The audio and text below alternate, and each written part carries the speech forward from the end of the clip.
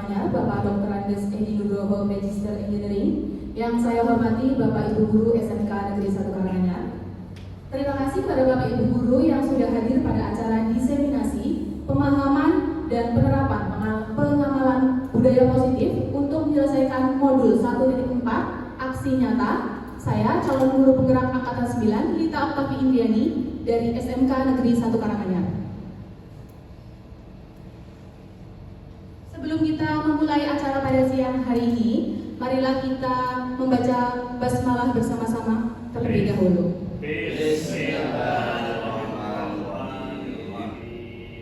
Baiklah, supaya menambah semangat kita pada siang hari ini, sebelumnya kita ada yel-yel SMK terlebih dahulu, nih Bapak Ibu. SMK? Bisa. SMK? Bisa. SMK? Bisa. Tepuk tangan untuk kita semua. Pada siang hari ini, sebelum kita masuk ke budaya positif atau konsep budaya positif, kita akan melakukan sedikit ice breaking agar kita lebih semangat lagi. Boleh Bapak Ibu semua berdiri? Lagunya sudah hafal dari kita masih kecil. Lagunya 1 ditambah 1 sama dengan 2. Ya, jadi dengan gerakannya nanti kita bernyanyi dan bergerak bersama.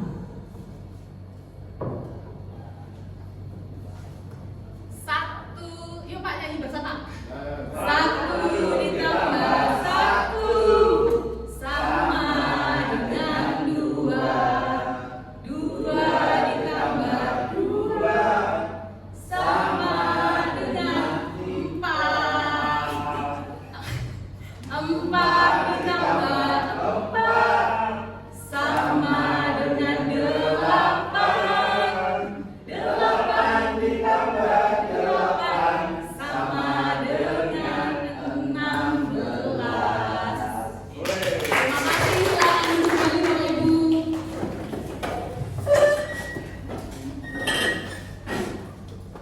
Nah, di sini sebelum saya memulai konsep inti budaya positif, ya, nantinya jika ingin bertanya saya akan berusaha memberikan jawaban, bukan harapan, karena di sini kita diseminasi, bukan mengisi hati yang sunyi. Yang pertama, konsep inti dari budaya positif. Budaya positif yang pertama adalah perubahan paradigma belajar. Yang kedua, disiplin positif. Yang ketiga, nilai kebajikan. Yang keempat, kebutuhan dasar manusia. Yang kelima, motivasi perilaku manusia. Yang keenam, posisi kontrol dulu. Yang ketujuh, keyakinan kelas. Dan yang terakhir adalah segitiga restitusi. Sebelum kita masuk ke paradigma baru, sekarang saya tanyakan kepada Bapak Ibu, apa yang Bapak Ibu pahami tentang budaya positif? Disiplin. Ya, Pak Ika. Masuk kelas tepat waktu dulu. Ya, boleh. Yang lain? Bu Yenisa?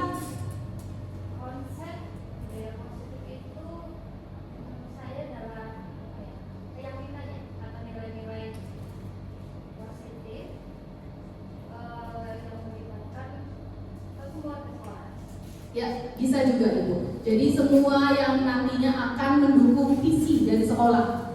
Ya. Nah, di sini adalah paradigma baru. Pembelajaran dengan paradigma baru merupakan pembelajaran yang dirancang berdasarkan pembelajaran berdiferensiasi. Apa itu pembelajaran berdiferensiasi? Pembelajaran berdiferensiasi adalah pembelajaran yang terpusat pada siswa. Apakah Bapak Ibu di sini sudah melaksanakan pembelajaran yang terpusat pada siswa atau student center? Sudah. Alhamdulillah ya. Jadi untuk dalam modul yang lalu atau pembelajaran yang lama, pembelajaran berpusat pada guru, jadi anak hanya terfokus kepada guru menerangkan di depan. Tetapi untuk pembelajaran berdiferensiasi ini, anak lebih aktif, berkelompok, berdiskusi, dan mencari materi, tidak hanya terpacu atau terpaku pada Bapak Ibu guru yang mengajar. Nah, untuk pembelajaran berdiferensiasi atau dengan pembelajaran paradigma baru ini, nantinya sesuai dengan teori ideologi modern untuk mewujudkan profil pelajar Pancasila. Nah,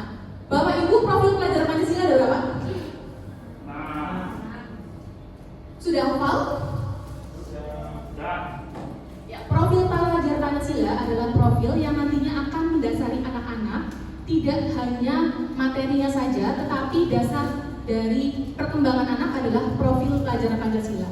Jadi untuk menghafalkannya tidak hanya dihafalkan, tetapi nanti diterapkan dalam pendidikan dan diterapkan dalam kehidupan sehari-hari.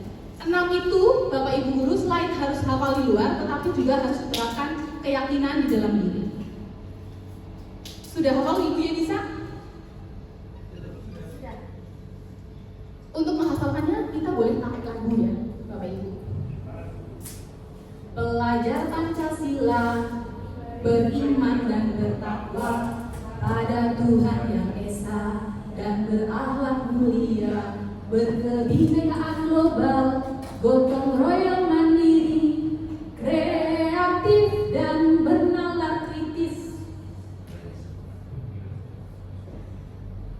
Nah, selanjutnya selain paradigma baru, kita juga harus menyadari tentang miskonsepsi tentang teori kontrol. Nah, ini yang masih sering kita lakukan sebagai seorang guru. Yang pertama, ilusi guru mengontrol murid. Ilusi itu bayangan. Jadi sebenarnya kita itu sebagai guru sebaiknya tidak mengontrol murid. Karena kita guru, kita lebih dewasa nih. Kita harus mengontrol muridnya. Padahal menurut pembelajaran Ki Hajar Dewantoro, sebagai seorang pendidik, kita itu tidak menuntut, tetapi menuntun anak-anak untuk mencapai pembelajaran sesuai dengan kodrat alam dan juga kodrat zamannya. Yang kedua, ilusi bahwa semua penguatan positif, efektif, dan bermanfaat. Salah satu contoh, misalkan Bapak Ibu guru menyampaikan, belajarlah yang rajin, nanti pasti kamu akan mendapatkan hasil yang baik, dan nanti setelah lulus kalian akan mendapatkan pekerjaan yang baik atau penghidupan yang layak. Bapak Ibu memberikan penguatan positif. Tetapi penguatan positif itu hanya dari kalimat. Sebenarnya perubahan itu akan berubah dari motivasi yang ada pada dalam diri anak tersebut. Tetapi Bapak Ibu guru merasa ilusinya, oh kalau saya menyampaikan seperti ini, anak pasti akan mengikuti. Padahal semuanya tetap harus dari motivasi intrinsik dari dalam diri. Selanjutnya adalah ilusi bahwa kritik dan membuat orang merasa bersalah dapat menguatkan karakter. Seperti misalkan pada suatu acara, anak-anak melakukan kesalahan, berbicara pada suatu acara, dan setelah upacara anak-anak dihukum, berdiri terlebih dahulu. Nah, itu adalah kritik, ya, atau hukuman. Pikirannya kita, pengharapan yang kita harapkan adalah anak-anak menjadi lebih disiplin. Padahal belum tentu hasilnya akan seperti yang kita harapkan. Bisa jadi anak itu merasa kecewa, sehingga dia tidak menjadi lebih disiplin lagi. Selanjutnya adalah ilusi bahwa orang dewasa memiliki hak untuk memaksa. Karena seorang guru pasti merasa lebih dewasa, lebih merasa memimpin dalam peserta didiknya. Jadi Bapak Ibu guru merasa kalau apa yang Bapak Ibu guru katakan pasti anak akan menuruti. Seperti itu ya. Apakah ilusi ini masih terpaku di Bapak Ibu guru? Miskonsepsi ada. Oke. Karena tidak luput, pasti semua merasakan seperti itu. Selanjutnya kita harus mengubah stimulus paradigma, stimulus respon ke pendekatan teori kontrol. Jadi yang pertama, misalkan stimulus respon itu kita mempunyai kebutuhan yang sama. Jadi Bapak Ibu berpikir bahwa setiap murid dalam satu kelas memiliki kebutuhan yang sama. Misalkan kebutuhan untuk mendapatkan nilai yang bagus, kebutuhan untuk mendapatkan materi yang sama. Padahal setiap peserta didik memiliki kualitas dan juga kemampuan yang berbeda-beda. Mereka tidak dapat mendapatkan hal yang sama dari apa yang Bapak Ibu sampaikan. Jadi Bapak Ibu guru akan harusnya mengerti bahwa realitas kebutuhan mereka itu berbeda-beda. Dan nantinya misalkan anak itu dalam satu jurusan itu, misalkan jurusan kuliner, nantinya mereka akan menjadi di bidang pekerjaan makanan. Belum tentu setelah lulus mereka akan mendapatkan itu. Bisa jadi setelah selesai mereka akan bekerja di bidang yang lain. Jadi kita tidak boleh terpaku pada satu untuk menuntut anak berpikir apa yang seperti kita harapkan. Mungkin di jurusan Bapak Ibu yang lain juga seperti itu. Itu akan mengubah pendekatan teori stimulus respon ke pendekatan teori kontrol. Nah, selanjutnya adalah budaya positif, merupakan salah satu pendekatan disiplin diri yang memampukan seseorang untuk mengontrol perilakunya dalam kesadaran dan bertanggung jawab atas tindakan mewujudkan menghormati diri sendiri dan juga orang lain. Sebagai pendidik, menjadi tujuan kita adalah menuntun murid, sama seperti Ki Hajar Dewantoro menyampaikan, kita menuntun, bukan menuntut. Bukan menuntut untuk hasil yang bagus, tetapi menuntun peserta didik untuk mendapatkan hasil yang bagus. Nilai-nilai kebajikan universal dan motivasi intrinsik, bukan ekstrinsik. Jadi, nantinya kita akan membuat budaya positif berdasarkan keyakinan atau nilai intrinsik yang ada dari diri kita.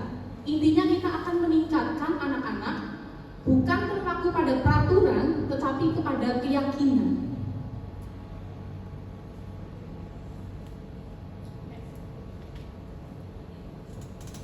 Selanjutnya adalah nilai-nilai kebijakan universal. Nilai-nilai kebijakan universal ini adalah nilai yang disepakati bersama. Jadi nilai yang disepakati bersama peserta didik ataupun warga sekolah. Dan juga nilai-nilai kebajikan adalah sifat positif manusia yang merupakan tujuan mulia yang ingin dicapai setiap individunya yang mengacu pada profil pelajar Pancasila. Sampai sini mulai paham Bapak Ibu tentang budaya positif? Nah, selanjutnya adalah 5 kebutuhan dasar manusia. Tidak memungkiri, setiap manusia memiliki 5 kebutuhan dasar yang harus dipenuhi. Jika salah satu saja tidak terpenuhi, maka akan timbul rasa yang tidak nyaman. Yang pertama adalah bertahan hidup. Bapak, Ibu, guru, semuanya manusia pasti membutuhkan untuk bertahan hidup. Dengan apa? Dengan makan dan minum. Oke? Selanjutnya adalah kasih sayang dan rasa diterima. Jika salah satu orang atau salah satu manusia tidak menerima rasa kasih sayang, maka pasti akan merasa ada yang hilang, ada yang hampa. Karena kebutuhan itu harus terpenuhi. Timbulnya apa ketika tidak mempunyai rasa sayang atau juga kasih sayang? Akan timbul rasa kecewa. Ada lagi adalah kebebasan. Setiap manusia pasti memiliki rasa ingin bebas.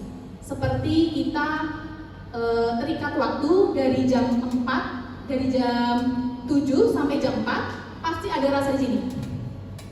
Ingin keluar dulu sebentar, makan di luar. Padahal jam di sekolah jam 7 sampai jam 4. Pasti ada rasa ingin kebebasan. Kebebasan itu bisa kita dapatkan pada hari Sabtu dan juga Minggu. Ada lagi perasaan penguasaan, kebutuhan penguasaan. Semua orang memiliki penguasaan. Penguasaan itu apa? Jika seseorang memiliki penguasaan, otomatis nanti akan menerima rasa yang diterima. Jadi saya menguasai materi pembelajaran, salah satu contoh. Anak-anak merasa memahami, akan timbul di sini rasa bangga dari diri kita sendiri. Selanjutnya adalah kesenangan. Setiap manusia pasti memiliki rasa kesenangan, berbeda-beda. Ada yang hobinya dan lain sebagainya. Kesenangan adalah salah satu yang harus dipenuhi juga. Jika tidak timbul rasa kesenangan, maka rasa iri dengki yang muncul. Jadi 5 kebutuhan manusia itu tadi harus terpenuhi. Selanjutnya adalah motivasi perilaku manusia. Nah, motivasi perilaku manusia di sini, Bapak Ibu pasti sudah mengetahui antara hukuman dan konsekuensi. Kalau restitusi bagaimana Bapak Ibu? Hukuman dan konsekuensi. Hukuman itu tidak terencana, tiba-tiba. Misalkan Bapak Ibu di kelas masuk jam 7. Anak-anak Anda, salah satu anak telat. Tiba-tiba saja Bapak Ibu mengucapkan, "Kenapa telat? Maaf Bu, saya bangunnya kesiangan." Berdiri dulu di depan. Itu adalah salah satu hukuman. yang muncul secara tiba-tiba. Nah, hukuman ini bisa fisik ataupun psikis. Fisik itu tadi berdiri atau lari keliling lapangan 7 kali. Itu fisik. Sedangkan psikis adalah rasa yang tidak bisa diperlihatkan, tapi timbul di dalam. Berbagi pengalaman, dulu waktu saya SMA, saya pernah dari IPS pindah ke IPA. Jadi karena IPA-nya kurang kelas, hanya 2, dicarilah siapa nih yang mau pindah ke IPA. Jadi timbullah IPA 3, perpindahan dari kelas IPS. Di salah satu mata pelajaran, saat itu mata pelajaran kimia, salah satu guru menyampaikan, mengajar kimia, saya diminta mengajarkan ke depan, tapi saya tidak bisa. Oh, makanya kamu bodoh, karena kamu dari IPS. Kayak gitu di IPS aja, gak usah pindah IPA. Karena hanya kalimat seperti itu menimbulkan rasa psikis yang tertinggal, hingga akhirnya saya tidak mendengarkan pembelajaran tersebut dan merugikan saya sendiri, sehingga ketika naik ke kelas 3 nilai kimianya kurang, harus menyelesaikan 100 soal terlebih dahulu. Itulah salah satu hukuman yang diberikan oleh Bapak Ibu guru, bisa menyebabkan tadi fisik maupun psikis. Yang selanjutnya adalah konsekuensi terencana sesuai dengan aturan sekolah. Seperti aturan sekolah kita, misalkan terlambat 15 menit, maka akan diberikan tugas oleh guru terlibat. Entah itu nanti membersihkan toilet dan lain sebagainya. Itu adalah konsekuensi. Nah, yang terakhir adalah segitiga restitusi, yaitu proses menciptakan kondisi bagi murid untuk mencari solusi dengan berkolaborasi dan juga berkomunikasi. Jadi Bapak Ibu tidak memberikan hukuman, tetapi lebih berkomunikasi dengan peserta didik.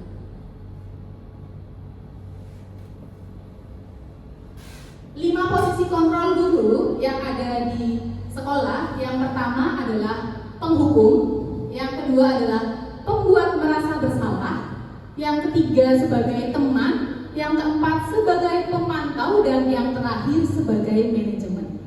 Nah, sekarang Bapak Ibu guru merasa Bapak Ibu guru ada di posisi yang mana?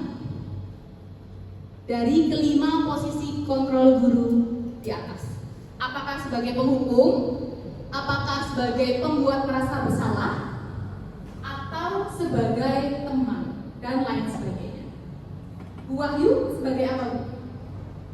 Kadang bisa menempatkan sebagai pemantau, kadang juga bisa sebagai teman. Bisa sebagai pemantau dan juga bisa sebagai teman. Sebenarnya saya sendiri juga di posisi 5 kontrol guru itu kadang sebagai penghukum, pembuat merasa bersalah, teman, kadang masih timbul ya Bapak Ibu semuanya pasti merasa seperti itu. Nah, di sini adalah contoh 5 posisi kontrol guru. Yang pertama, hormat pada bendera selama 1 jam. Nah, ini adalah posisi sebagai penghukum. Misalkan pada saat upacara ya Pak Adi, anak tidak berdiri dengan rapi, berdiri 15 menit. Nah, berarti Pak Adi di sini sebagai penghukum. Selanjutnya, berapa kali ibu atau bapak harus memberitahu kamu selalu saja mengecewakan ibu atau bapak. Di sini posisinya adalah sebagai pembuat merasa bersalah. Hanya dengan kalimat, tapi membuat anak merasa bersalah karena sudah melakukan hal yang di luar kendali.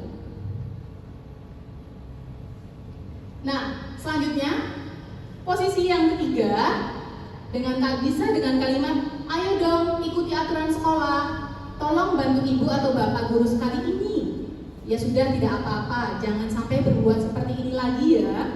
Nah, ini adalah pendekatan posisi kontrol guru sebagai teman, jadi lebih bersahabat.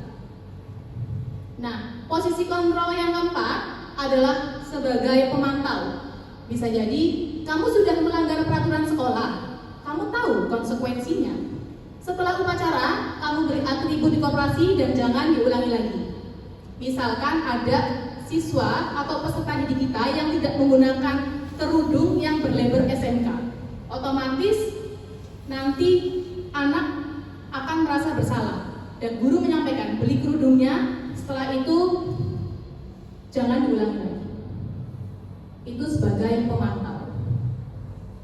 Dan yang terakhir adalah sebagai manajer. Bisa dengan kalimat, apakah kamu tahu kesalahanmu? Kira-kira bagaimana kamu memperbaiki kesalahanmu? Nah, ini guru sebagai pemantau. Jadi guru memantau sebagai manajer. Ya, next. Nah, di sini ada kalimat saya kecewa sekali dengan kamu. Menurut Bapak Ibu, posisi kontrol apa? Membuat merasa bersalah karena merasa mengecewakannya. Yang kedua, kamu tidak benar melakukannya.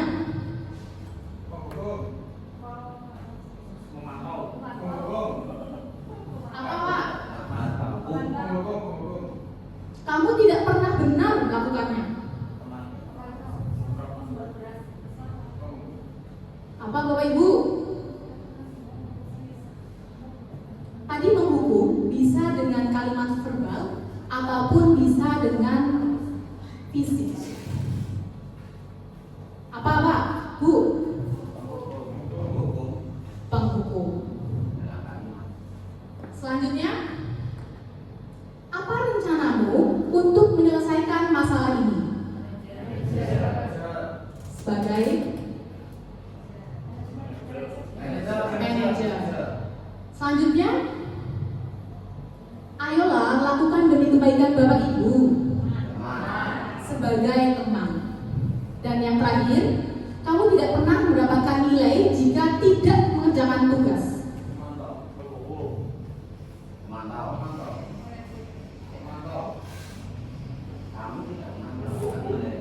Kamu tidak akan pernah mendapatkan nilai jika tidak mengerjakan tugas. Pemantau. Nah, untuk membuat tadi budaya positif dengan lingkup kecil, sebelum ke keyakinan sekolah, kita akan membuat keyakinan kelas. Mengapa keyakinan kelas? Bukan peraturan kelas. Ada yang mengetahui Bapak Ibu? Mengapa keyakinan? Bukan peraturan. Peraturan contohnya apa Bapak Ibu? Tata tertib, misalkan jangan membuang sampah sembarangan. Nah, buanglah sampah pada tempatnya dari Pak Ika. Itulah keyakinan kelasnya. Peraturannya tidak membuang sampah sembarangan. Keyakinan kelasnya membuang sampah pada tempatnya. Selanjutnya, peraturan sekolahnya atau peraturan kelasnya tidak menyela pembicaraan orang lain. Keyakinannya tidak menyela pembicaraan orang lain. Betul Pak Rahman, saling menghargai di kelas. Jadi keyakinan kelas itu tidak menggunakan kalimat tidak, jangan, atau kalimat tanda seru lainnya, tetapi lebih mengubah kalimat ke arah yang lebih positif. Nah, saat membuat keyakinan kelas, Bapak Ibu bisa menyampaikan ke seluruh kelas pada siswa untuk menuliskan keyakinan kelas apa yang akan kita yakini. Ini bisa dibuat oleh wali kelas. Jadi keyakinan apa yang akan kita yakini di dalam kelas ini pada satu semester atau pada satu tahun pembelajaran di kelas 10, 11, ataupun 12. Setelah itu Bapak Ibu guru tinggal memilah apakah keyakinan kelas itu nanti sama antara teman satu dan teman yang lainnya atau bagaimana. Jadi nanti setelah itu anak-anak setelah menyetujui keyakinan kelasnya, maka anak-anak di situ diminta untuk tanda tangan Bapak Ibu. Jadi ketika nanti dia melanggar keyakinan kelas akan ada konsekuensi yang mereka dapatkan. Bukan peraturan sekolah tetapi keyakinan kelas dari lingkup yang paling kecil. Dapat dibuat oleh wali kelas ataupun guru kelas. Nah, bagaimana membuat keyakinan kelas? Yang pertama lebih abstrak dari peraturan, berupa pernyataan bukan kalimat seru, dibuat dalam bentuk kalimat yang positif, sedikit saja agar mudah diingat, sesuai dengan kondisi kelas dan sekolah agar mudah diterapkan, sesuai dan semua warga kelas atau sekolah dilibatkan dalam membuat. Jadi ketika membuat keyakinan kelas, semua siswi harus hadir. Ketika ada salah satu siswi saja yang tidak hadir, maka dia akan menantang. Saya tidak ikut membangkang, ya. Kalau saya tidak meyakini tidak apa-apa, kan saya tidak ikut membuat keyakinan kelas. Maka dari itu saat membuat keyakinan kelas, usahakan pada saat anak-anak berada di kelas semuanya atau hadir di dalam kelas. Nah, ini dia tadi yang Bapak Ibu belum paham adalah restitusi. Restitusi adalah 3 tahapan segitiga restitusi, yaitu menstabilkan identitas, memvalidasi tindakan yang salah, dan menanyakan keyakinan. Segitiga restitusi ini dapat diterapkan pada saat Bapak Ibu memiliki peserta didik yang memiliki kasus. Kasus di kelas pasti berbeda-beda. Penyelesaiannya dapat menggunakan segitiga restitusi. Yang pertama, Bapak Ibu dapat menstabilkan identitas peserta didik terlebih dahulu. Sepertinya Bu Yelisa lebih memahami karena yang lebih menangani banyak kasus biasanya guru BK selain guru kelas, ya. Nah, menstabilkan identitas di sini adalah berdasarkan prinsip membuat kesalahan adalah bagian dari proses pembelajaran dan merubah identitas gagal menjadi identitas yang sukses. Bisa dengan kalimat berbuat salah itu wajar, atau tidak ada manusia yang sempurna. Ibu juga pernah melakukan kesalahan yang sama, dan lain sebagainya. Jadi anak distabilkan dulu identitasnya, tidak dituduh membuat kesalahan, tidak dituduh juga membuat perilaku yang benar, tetapi anak distabilkan identitasnya, dinolkan kembali anaknya agar tidak memiliki rasa bersalah, rasa kecewa, rasa curiga, amarah, dan lain sebagainya. Selanjutnya adalah validasi tindakan yang salah. Berdasarkan prinsip setiap perilaku berupaya memenuhi suatu kebutuhan tertentu. Nah, di sini setiap anak yang melakukan kesalahan pasti mempunyai alasan. Bisa disampaikan dengan kalimat, kamu pasti punya alasan melakukan hal tersebut. Jadi anak-anak di sini tidak disalahkan. Bapak Ibu guru tidak boleh menyalahkan peserta didik, menyalahkan anak-anak. Bisa jadi kesalahan yang dia lakukan itu untuk memenuhi tadi 5 kebutuhan manusia. Ketika dia mengambil uang, mungkin saja di rumah belum sarapan, tidak ada makanan sama sekali. Ternyata dia mengambil uang hanya karena ingin memenuhi kebutuhan untuk bertahan hidup. Karena lapar, sama sekali tidak ada makanan, tidak membawa uang, akhirnya dia mengambil uang milik temannya. Walaupun perbuatan itu tidak diperbolehkan, tetapi dia mempunyai alasan. Selanjutnya adalah menanyakan keyakinan. Murid diberikan pertanyaan bermakna untuk memunculkan motivasi secara intrinsik. Motivasi secara intrinsik itu motivasi yang ada dalam diri anak-anak. Bisa dengan kalimat, apa keyakinan kelas yang sudah kalian tidak lakukan, atau nilai-nilai apa yang sudah kita sepakati tetapi tidak kamu laksanakan. Jadi segitiga restitusi ini membantu Bapak Ibu untuk menyelesaikan masalah dan kasus, tidak dengan menyudutkan peserta didik. Ini adalah salah satu video penyelesaian kasus dengan segitiga restitusi.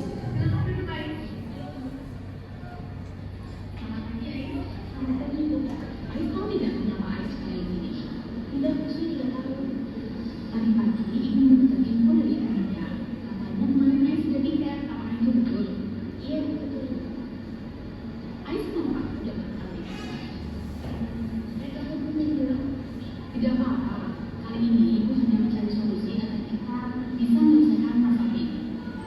Iya,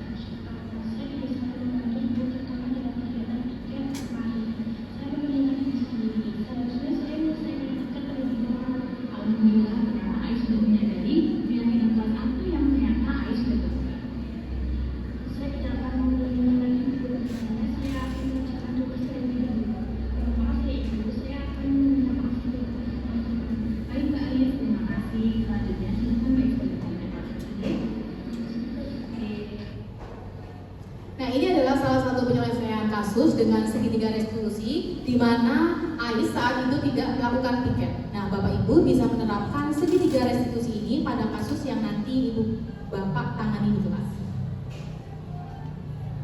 Nah, ada yang ditanyakan Bapak Ibu untuk menerapkan budaya positif di sekolah kita.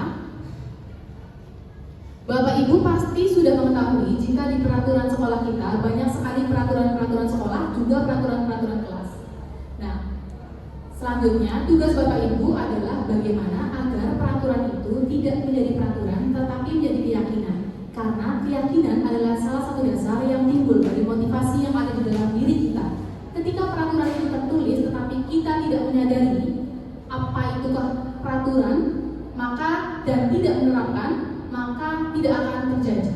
Semuanya berasal dari diri Bapak Ibu masing-masing. Ketika Bapak Ibu memberikan contoh, maka peserta didik pun akan mencontoh apa yang Bapak Ibu lakukan. Karena salah satu yang pasti, murid pasti akan meniru apa yang Bapak Ibu lakukan.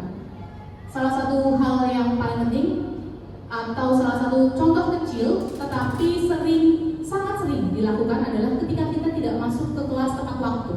Itu menjadikan salah satu contoh atau budaya positif yang nanti bisa ditiru oleh anak. Bapak Ibu guru saja tidak masuk atau tidak datang tepat waktu. Kalau saya keluar, gak apa-apa kan? Seperti itu. Itu adalah salah satu contoh kecilnya. Semoga kita semua dapat melaksanakan budaya positif di sekolah lebih baik lagi. Karena semuanya berasal dari diri kita sendiri, bukan dari peraturan secara tertulis. Motivasi intrinsik sangat penting. Motivasi intrinsik untuk Bapak Ibu ditularkan kepada motivasi intrinsik anak sehingga peraturan dan keyakinan sekolah akan terlaksana dengan baik. Dan nantinya pasti ketika motivasi itu tumbuh, maka budaya positifnya tumbuh, visi dan misi dari sekolah kita akan tercapai. Seperti itu Bapak Ibu. Ada yang ditanyakan? Semoga Bapak Ibu nantinya pastinya akan menerapkan budaya positif ini. Terima kasih Bapak Ibu, karena dimulai maka akan diakhiri. Jika dimulai tanpa diakhiri, ini bukan diseminasi, tetapi masalah hati. Terima kasih Bapak Ibu, kita berjumpa lain waktu. Semoga kedepannya kita akan berbagi pengalaman dan pengalaman lainnya yang lebih menarik lagi. Wassalamualaikum warahmatullahi wabarakatuh.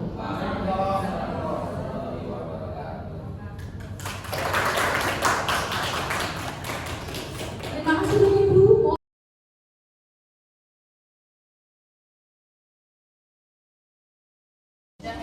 Assalamualaikum warahmatullahi wabarakatuh.